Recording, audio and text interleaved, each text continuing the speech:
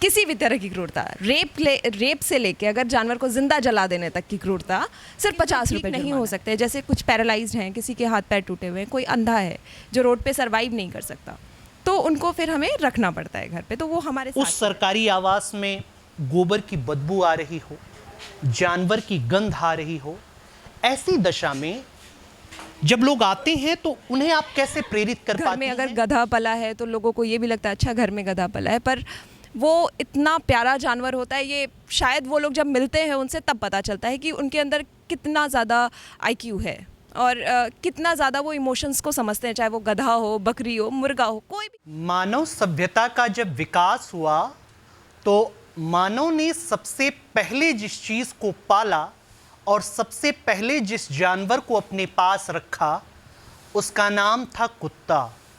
लेकिन मनुष्य जैसे जैसे नवजागरण काल और उसके बाद आधुनिक काल की ओर प्रवृत्त हुआ, उसके अंदर क्रूरता और पशुता लगातार बढ़ती चली गई।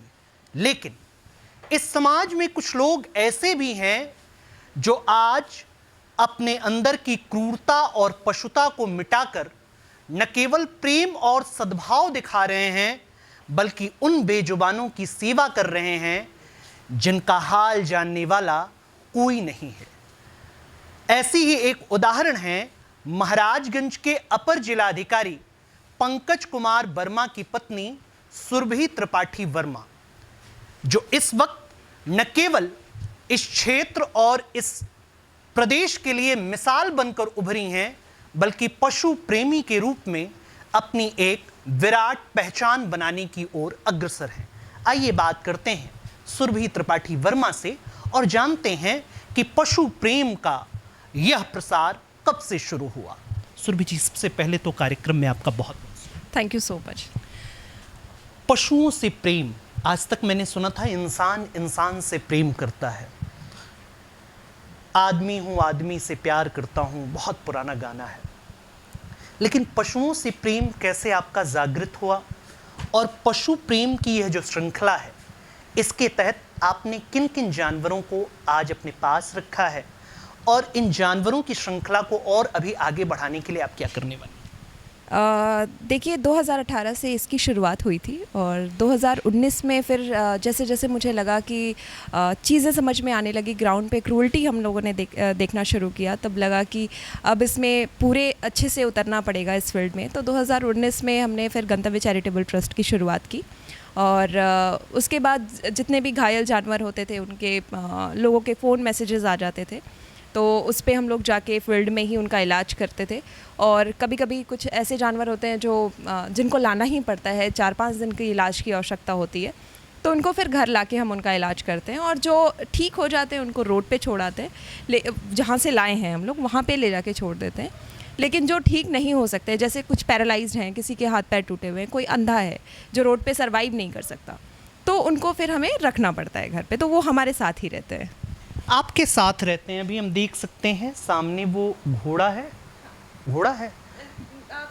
खच्चर है, ये गधा है, ये सामने बकरी नज़र आ रही है। अभी हमने देखा साथियों कुछ कुत्ते नज़र आ रहे थे, जैसा कि आप तस्वीरों में देख सकते हैं, बंदर नज़र आ रहा था, मुर्गा नज़र आ रहा था। मैं एक सरकारी अधिकारी का आवास, एक सरकारी अधिकारी के दर पर आने वाले लोग जब आते हैं तो उनके दिमाग में एक छवि बैठी रहती है कि हम अधिकारी के घर जाएंगे तो अधिकारी जी हमको एक उत्कृष्ट अवस्था में प्राप्त होंगे। उस अवस्था से इतर जा कर के उस सरकारी आवास में गोबर की बदबू आ रही हो, जानवर की गंध आ रही हो, ऐसी दशा में जब लोग आते हैं तो उन्हें आप कैसे प्रेरित कर पाती हैं और उनके साथ आपका सरवाइव कैसे होता है?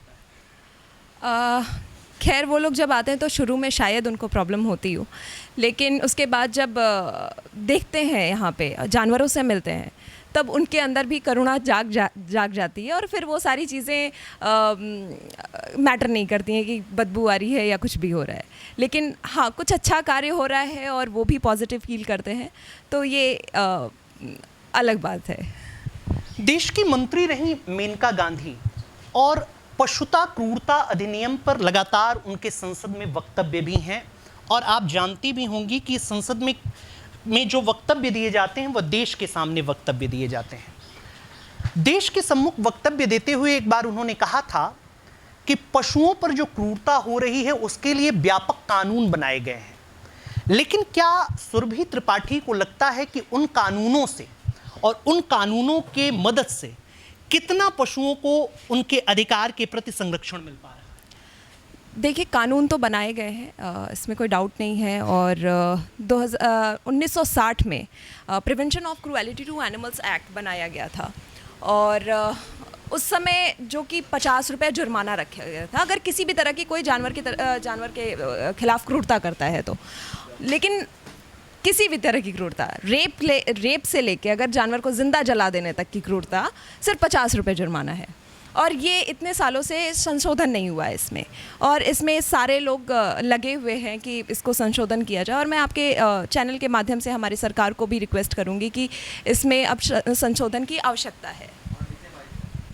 संशोधन की आवश्यकता है, ये तो सही बात है, लेकिन किस तरीके का संशोधन होना चाहिए? मैं जब ग्रामीण परिस्थितियों में देखता हूँ, गांव में आज भी बंदरों का आतंक है, गांव में आज भी खुले जानवरों का आतंक है। मैं जिस ग्राम सभा से आता हूं, उस ग्राम सभा में कभी कभी ऐसा होता है कि जंगल से निकल कर के पशु चले आते हैं, आदमियों को काट लेते हैं, और उन आदमियों के काटे जाने से अब वो व्यक्ति उस जानवर पर गुस्सा तो करेगा ही, जाहिर सी बात है। तो ऐसी दशा में उन पशुओं को बचाने के लिए और उन पशुओं के साथ साथ मनुष्यों को बचाने के लिए भी जो पशुओं से घायल हो जाते हैं, उनके प्रति आपका संगठन और आपकी संस्था या देश को कैसा काम करना चाहिए? देखिए, जहाँ तक कि आप बंदर की बात कर रहे हैं, और उनकी जगह तो हमने ले ली है, जंगल काट दिए जा रहे हैं और हम उनके जंगलों में अपना घर बना रहे हैं, तो वो कहाँ जाएंगे? वो हमारे ही एरिया में तो आएंगे।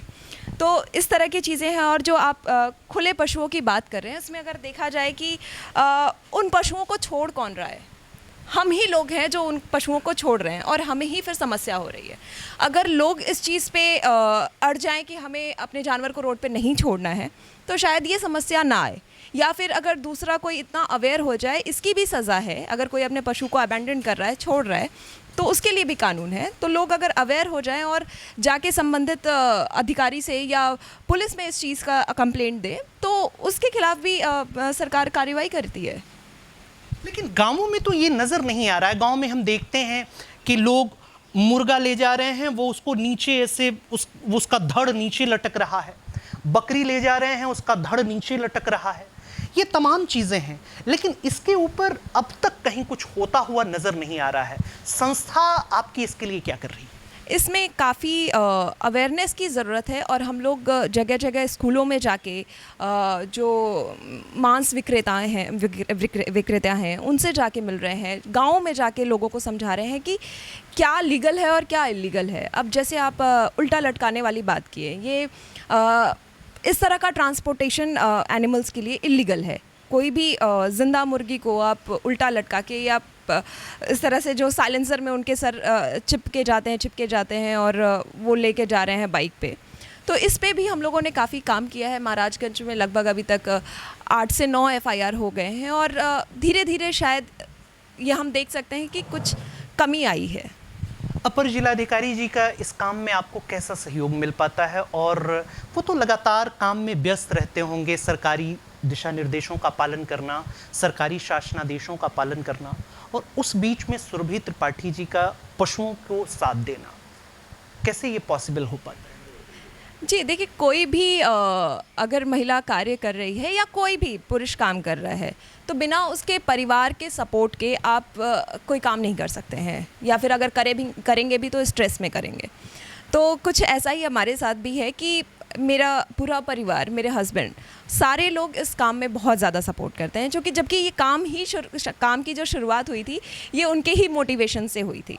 जब हमने एनिमल सेक्रीफाइस देखा, और उसके बाद मैं रोने लग गई वहाँ पे, 2018 में देखा था, और मैं रोने लगी। और फिर उसके बाद उन्होंने कहा कि तुम्हारे रोने से कुछ नहीं होता है, दर्द तो फिर भी इनको होगा, आपके रोने से दर्द ख़त्म नहीं हो जाएगा इनका, अगर करना है तो आप ग्राउंड पे जाके काम करिए।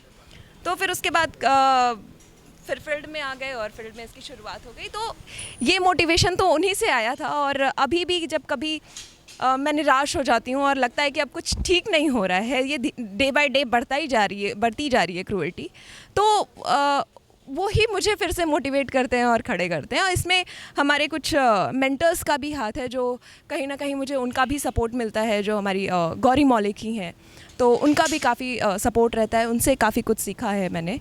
तो जी हाँ।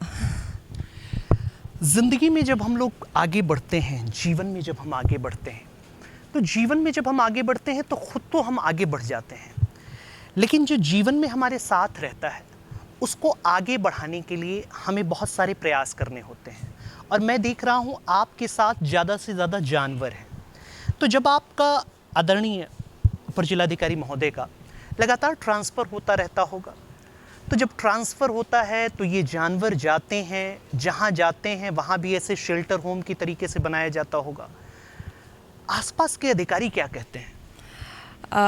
हाँ, जब ट्रांसफ़र होता है तो ये सारे बच्चे हमारे साथ ही जाते हैं, क्योंकि ये हमारे बच्चे हैं, हम इनको बच्चे? जी, ये हमारे बच्चे ही हैं, तो हम इनको कहाँ छोड़ेंगे, तो ये साथ में ही जाते हैं। और आसपास जब हम लोग वहाँ पहुँचते तो कुछ समय उन लोगों को लगता है समझने में कि ये क्या हो रहा है। अब घर में अगर गधा पला है तो लोगों को ये भी लगता है अच्छा घर में गधा पला है, पर वो इतना प्यारा जानवर होता है, ये शायद वो लोग जब मिलते हैं उनसे तब पता चलता है कि उनके अंदर कितना ज़्यादा IQ है और कितना ज़्यादा वो इमोशंस को समझते हैं, चाहे वो गधा हो, बकरी हो, मुर्गा हो, कोई भी जानवर हो, वो कितना इमोशंस को समझते हैं। तो जो भी आसपास के जो अधिकारी लोग होते हैं वो भी आते हैं, जानवरों से मिलते हैं, उनको प्यार देते हैं, अपना स्नेह देते हैं। महाराजगंज में आए कितने दिन हो गए? लगभग ये 2 साल होने जा रहे हैं। इन 2 सालों में महाराजगंज में आपकी संस्था ने कौन कौन से काम किए हैं और जानवरों के संरक्षण के लिए और कौन से कदम उठाने जा रही है? देखिए, इसमें ज़्यादातर हम लोगों ने जो काम किया है अवेयरनेस पे काम किया है, कि ताकि लोगों को पता चले कि एनिमल्स के साथ कैसे रहना है। कोई हम इल्लीगल कार्य तो नहीं कर रहे हैं, किसी तरह की क्रूरता तो नहीं कर रहे हैं, तो एनिमल अवेयरनेस पे ज़्यादा कार्य हो रहा है।